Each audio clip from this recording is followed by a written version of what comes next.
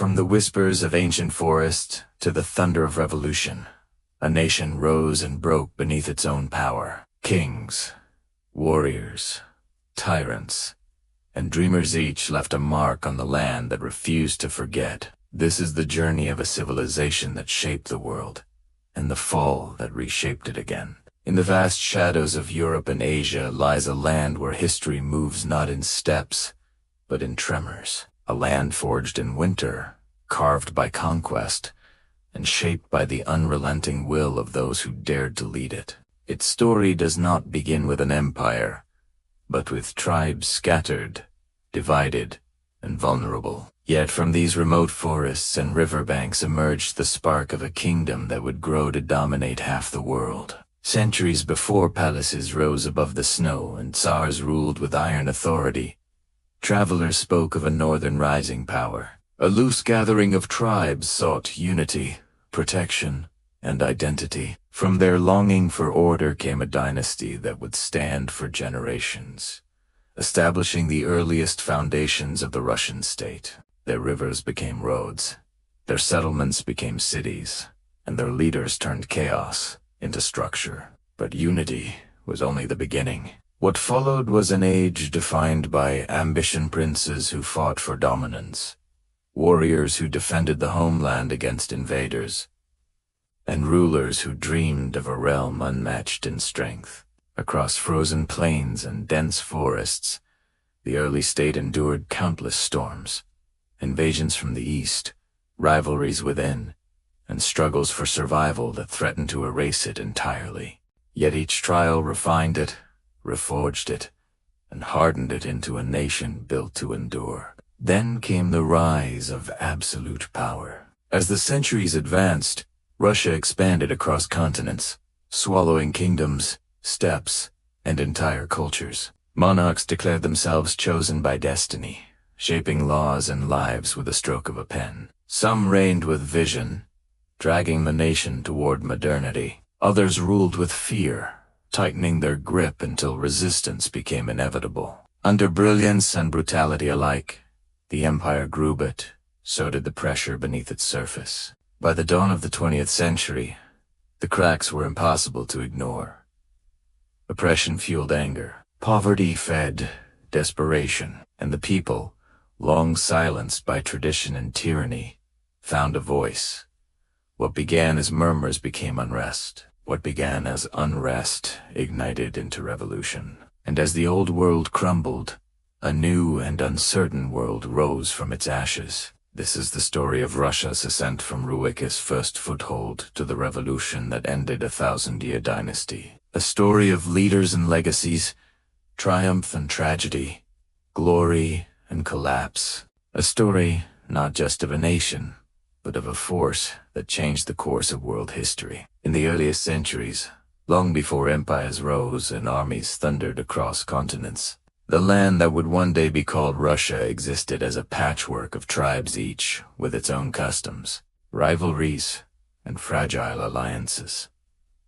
Vast forests stretched endlessly, rivers carved pathways through untouched wilderness, and the cold winds whispered stories older than memory itself. Life here was harsh, unpredictable, and unforgiving.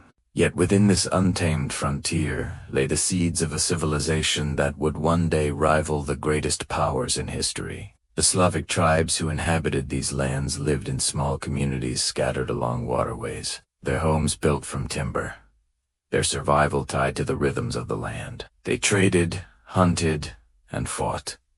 But above all, they endured.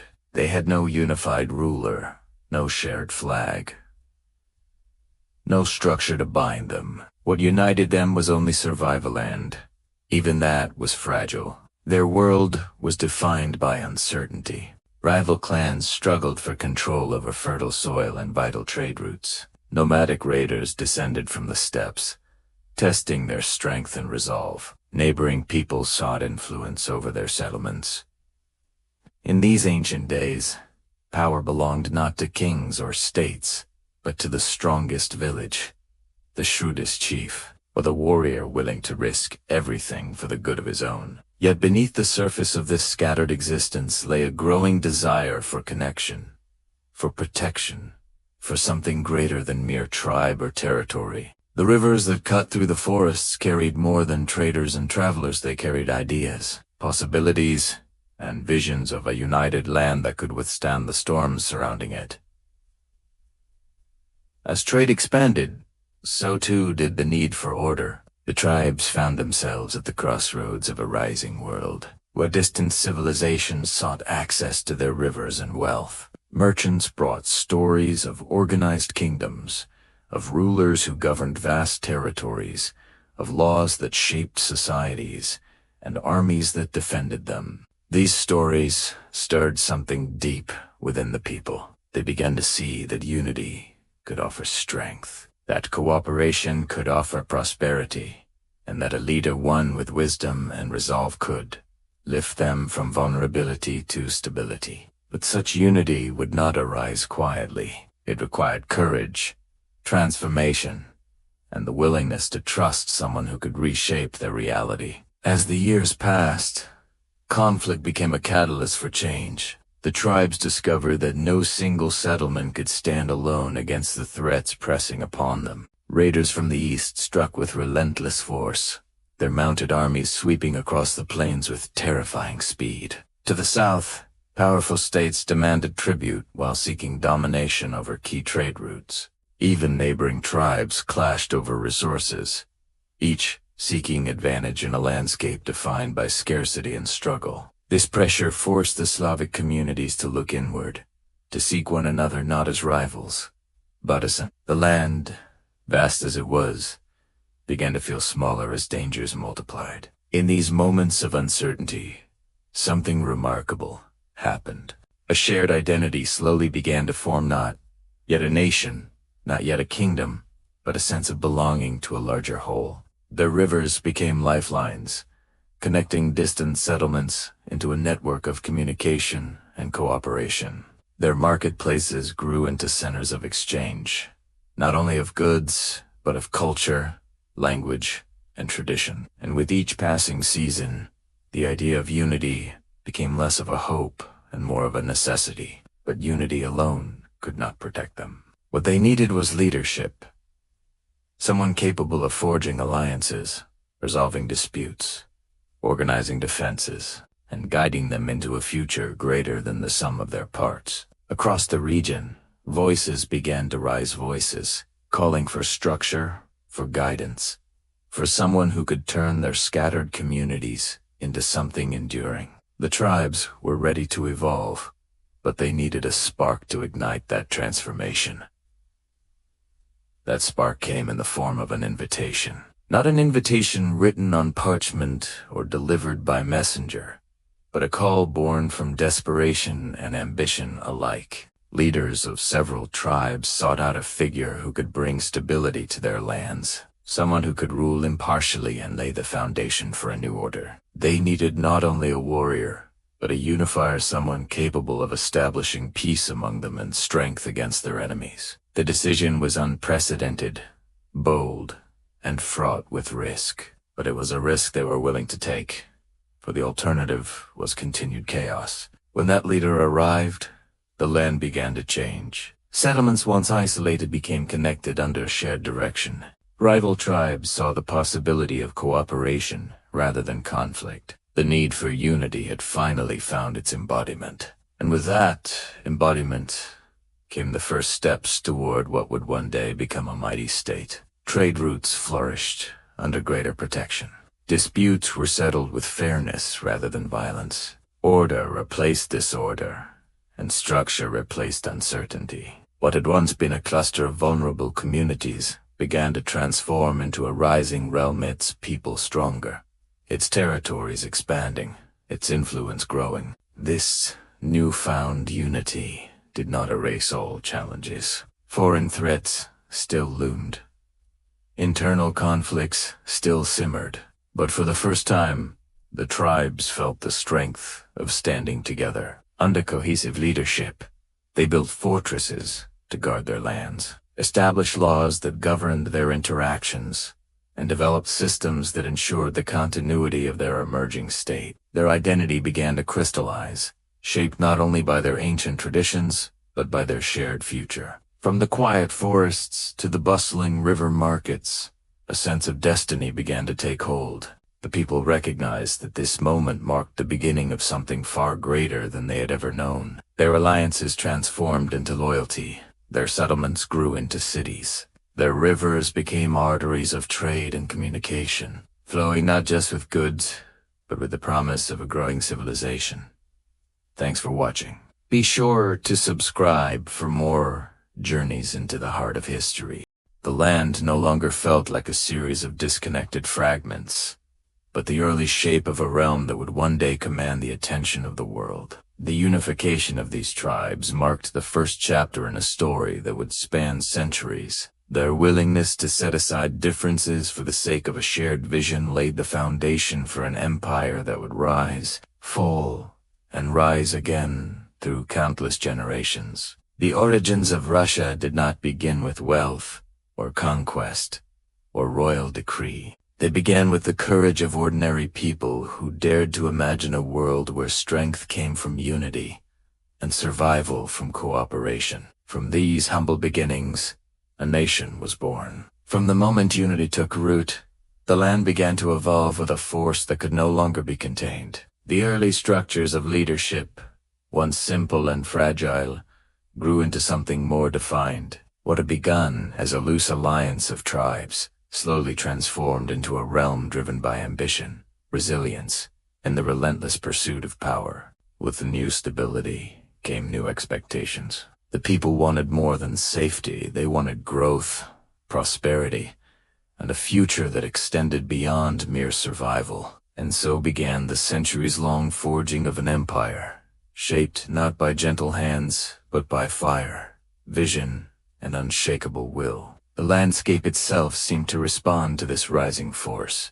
Small settlements swelled into fortified towns, their wooden walls replaced by sturdy stone towers. Paths once carved by travelers widened into roads, linking distant territories, each mile binding the growing state tighter together.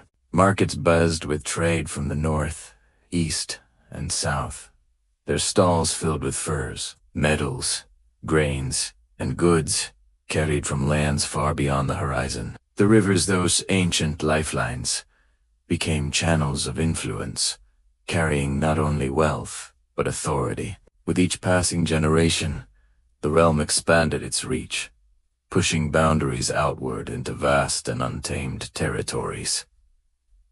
Yet expansion brought challenge. Rival powers watched the rising state with both caution and envy. To the east, formidable armies roamed the steppes. To the south, established kingdoms sought to impose tribute. To the west, European powers pressed for influence. The growing realm found itself encircled by forces greater in size, experience, and wealth. But instead of bending beneath external pressure, it hardened. Through war and negotiation alike, it carved a path forward, sometimes slowly, sometimes with explosive force, but always with unwavering resolve. As centuries unfolded, the nature of leadership began to shift. The early rulers who forged unity out of necessity were succeeded by figures whose authority expanded beyond mere tribal guidance.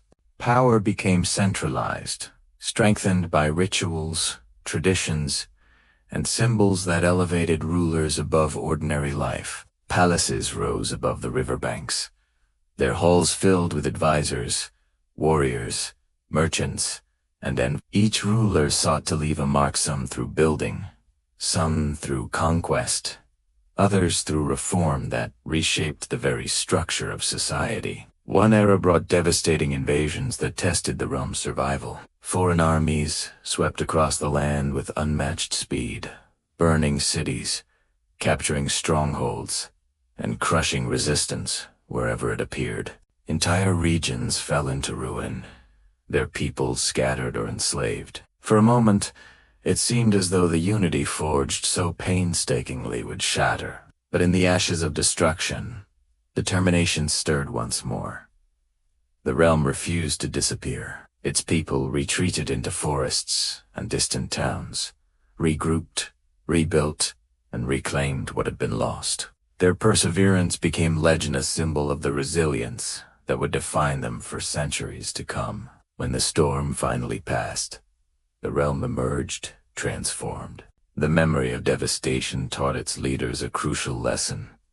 Survival required strength, vision, and the willingness to adapt. Over time, the state restructured itself, adopting new systems of governance, new military tactics, and new cultural influences. It was no longer a collection of tribes reacting to the world around it. It had become an emerging power, shaping its own destiny. In the centuries that followed, reform and expansion became inseparable. Rulers sought to modernize their territories, introducing legal codes that standardized justice and created order where chaos had once reigned. Trade agreements opened doors to distant markets. Craftsmen, scholars, and artists contributed to a growing identity that blended tradition with innovation. Even the architecture changed, with grand cathedrals and majestic fortresses rising above the plains, proclaiming the realm's evolving prestige. But behind the growing sophistication, the spirit of conquest remained alive. The desire to expand borders and secure influence pushed armies deep into the steppes, across mountain ranges, and into neighboring lands. Each victory increased the realm's stature. Each defeat hardened its resolve. The expansion was rarely gentle. Territories were absorbed through warfare, negotiations, alliances, and at times, sheer force of will. As the empire stretched across vast distances, it became a mosaic of cultures, languages, and peoples, each contributing to the larger identity while also challenging the cohesion of the state. This immense size brought both opportunity and strain. Governing vast lands required new systems of administration, communication, and control. Messengers traveled across thousands of miles, connecting remote regions to the central authority. Local leaders were appointed to maintain order, collect taxes, and enforce the rule of law. But distance bred inconsistency, rebellion, and resistance. Some regions embraced integration. Others maintained their customs, resisting any attempt to impose new authority. These tensions tested the empire's resilience, demanding constant vigilance and adaptation. As time progressed, the ambitions of the state reached beyond borders and into the heart of society itself. Rulers recognized that true power required more than conquest, it required transformation. They implemented reforms that reshaped education, military organization, economic policy, and social structure. Some reforms propelled the empire forward, pulling it closer to the modern world. Others sparked unrest, as traditions clashed with new ideas, and the pressure of change became too heavy to bear. Despite these internal struggles, the empire continued to rise. Its rulers adopted symbols of absolute authority, presenting themselves as ordained not only by legacy but by destiny. Their courts glimmered with luxury. Foreign ambassadors visited seeking favor, and the empire's voice grew louder in global affairs. With each generation, the vision of a vast and unshakable empire took clearer shape, a realm defined by power, expansion, and unwavering will. Yet beneath the grandeur, shadows gathered. The very mechanisms that strengthened the empire also sowed the seeds of future conflict. Absolute rule suppressed dissent, but nurtured resentment. Expansion brought glory, but stretched resources thin. Reforms pushed progress forward, but deepened divides among the people.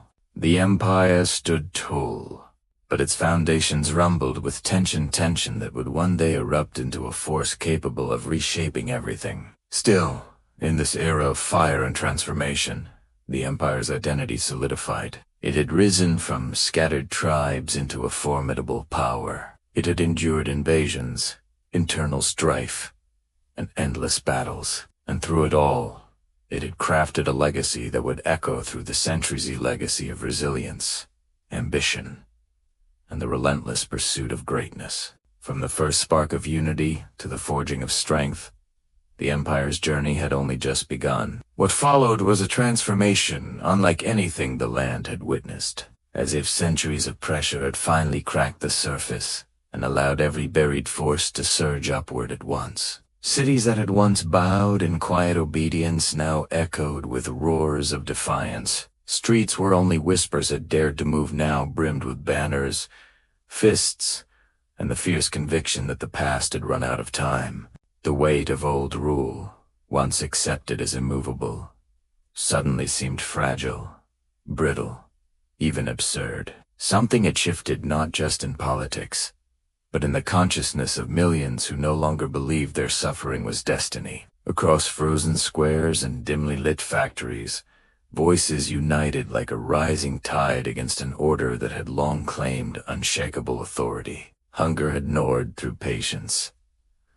War had drained hope, and the people realized that the foundations beneath the throne were not sacred stone, but the tired shoulders of those who could no longer carry it. Each protest, each strike, each demand flung into the winter air became a fracture in the pillars of the state. And with every passing month, the cracks widened. Even those who once defended the old system began stepping away, as though instinctively sensing its collapse. Soldiers who had marched proudly beneath imperial banners now questioned orders issued by distant hands. Workers who had endured backbreaking labor for a mere pittance discovered the power of unity when their voices rose together. Peasants who had survived generations of hardship wondered for the first time whether fate could be reached. The foundations of authority, once reinforced by tradition and fear, found themselves eroded by exhaustion and disbelief.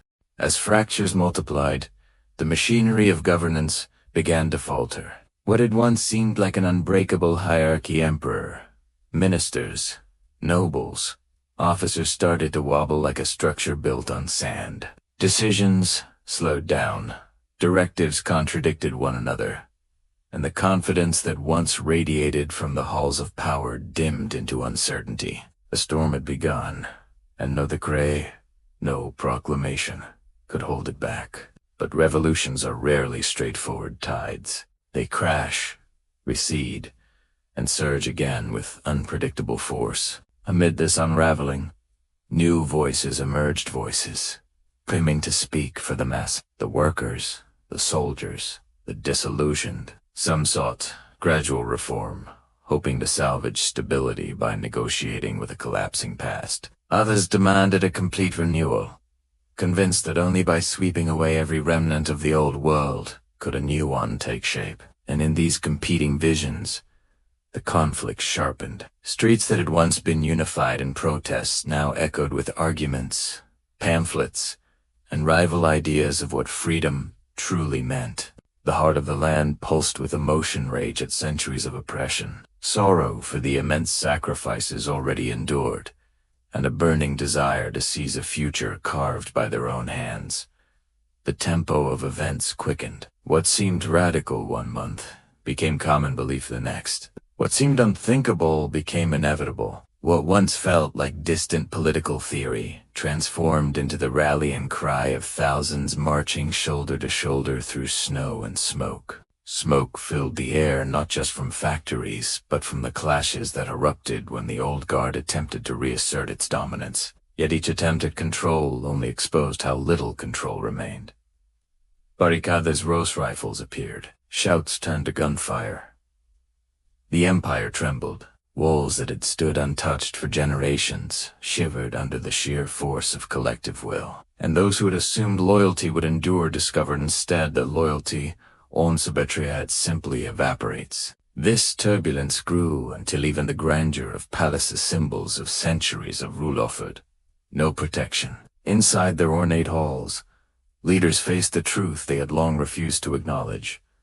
The tide had shifted, and the era that defined their power was ending. They made desperate attempts to pacify the masses with promises and concessions, but these reforms were announced too late to mend the fractured bond. The people had seen the weakness beneath the crown, and on Sashain it could not be unseen. In the barracks, soldiers whispered among themselves, wondering why they continued to fight for an order that offered them nothing but suffering. In cramped apartments, families read news of protests and felt emboldened, realizing they were part of something too large to be silenced. In far-flung villages, even those untouched by political discourse sensed that history itself was unraveling and reweaving into a new pattern. The land stirred from end to end, electrified by the sense that the moment had come. And then, like ice cracking under sudden pressure, the old structure split apart. The authority that had once commanded absolute obedience collapsed in a single, staggering motion. The throne fell not with a dramatic final battle, but with a slow, exhausted surrender to forces it had underestimated. What remained was a void, a vast, uncertain space into which every competing ideology surged, each claiming the right to reshape the nation's fate. In Tadbakum figures stepped forward, leaders with fierce conviction, resolute ambition, and the charisma to draw crowds to their cause.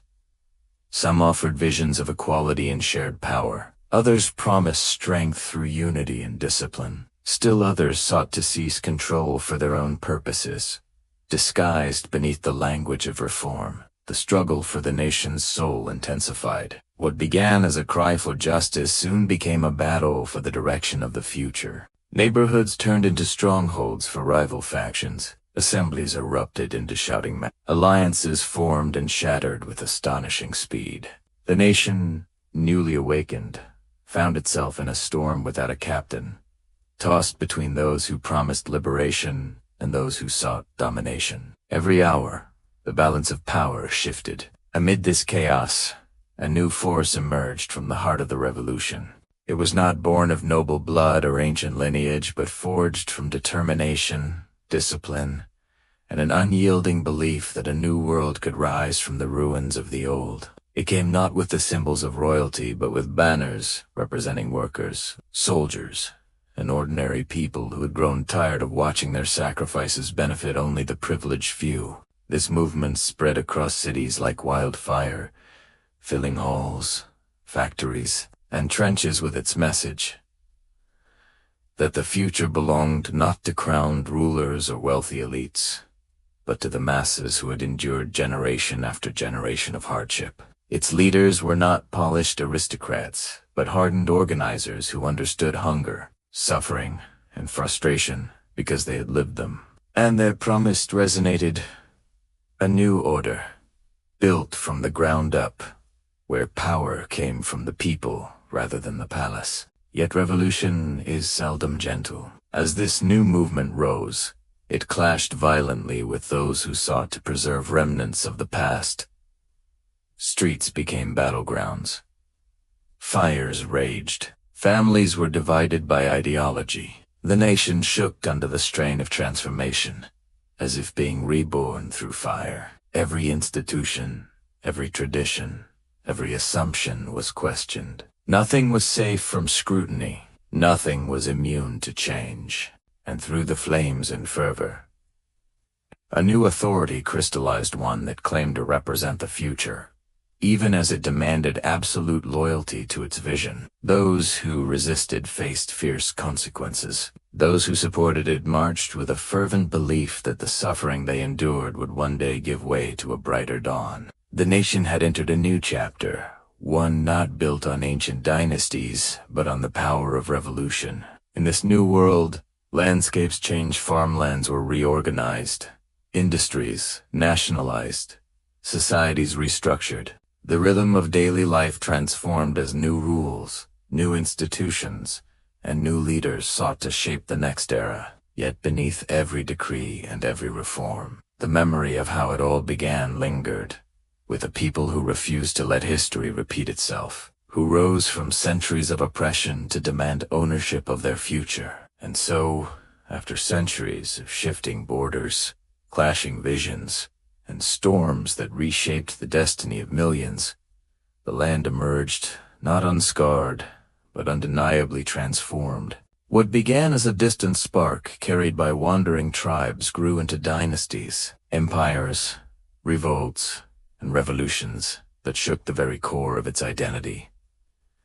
Every rise carved new possibilities. Every fall revealed hidden truths. Every upheaval forced the nation to confront what it wished to become. Through frozen winters and blood-red dawns, it moved forward, sometimes with purpose, sometimes stumbling, sometimes in triumph, sometimes in tragedy. Yet even in its darkest hours, a force endured.